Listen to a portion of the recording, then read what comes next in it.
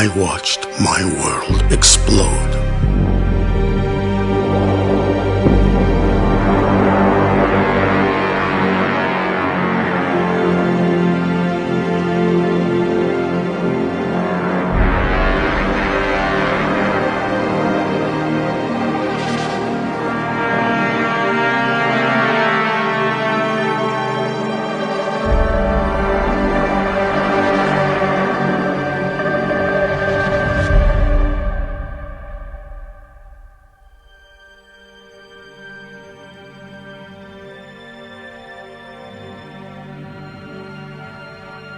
I thought I lost everything in that fiery nightmare.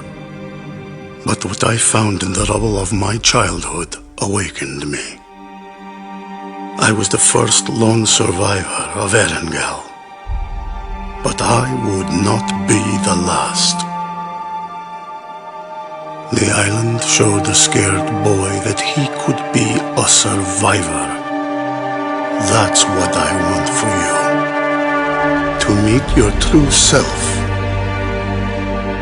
Will you embrace who you're meant to be? Or is this all you are? Will you find a person strong enough to conquer their fear? Or will you die because you were too weak to understand it? Yes, my friend, everyone is searching for themselves. That search ends here, the place I once called home.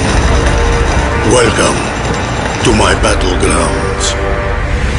Welcome to the Battlegrounds Tour Agency's tour of Erangle. Now, the island itself is pretty infamous, but on this tour you're going to get up close and personal with Erangle and see the major landmarks from the ground, just like a real Battlegrounds contestant. Only difference is, all of you get to leave the island alive.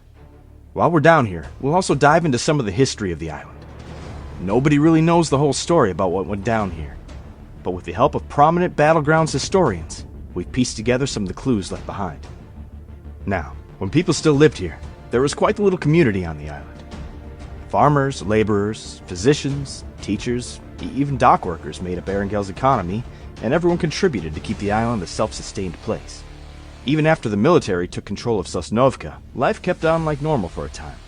But as the occupying force got more oppressive and more demanding of the population's obedience, well, things started to escalate. Resistance against the military started to rise up, which caused the military to tighten their grip, and so on. Of course, that all ended in 1965 when the bombs started dropping. Anyway, our first stop on the tour is Pubg.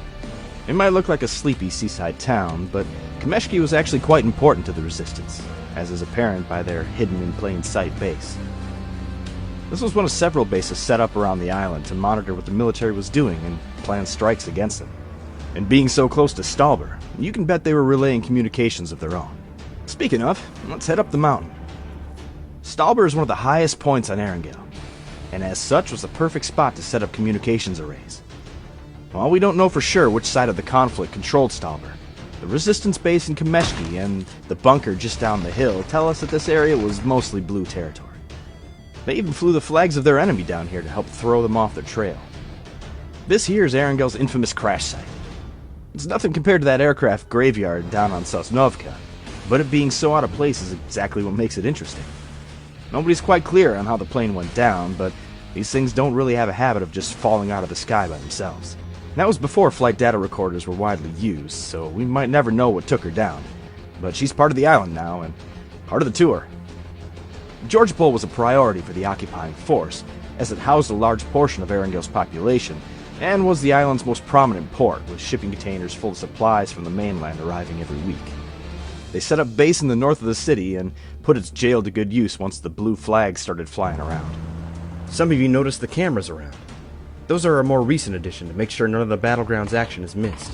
They get replaced pretty often with all the bullets flying around. Speaking of surveillance and bullets flying, that mountain outside Vigatka was a prime place to set up surveillance, or even a sniper nest. It's a pretty safe bet that the resistance was up there keeping an eye on the Red Eye. And that's it for the first leg of our tour. We'll spend the night here in Gatka and start up first thing in the morning. Just remember, the crew does a great job of cleaning up after a battleground, but if you happen to come across a weapon, just assume it's loaded and alert one of your guides immediately. Last thing we need is to cut the tour short to rush someone back for medical attention. Rest of the night is yours. If you're enjoying the tour, be sure to give us a 5-star review and tell your friends that it was the Battlegrounds Tour Agency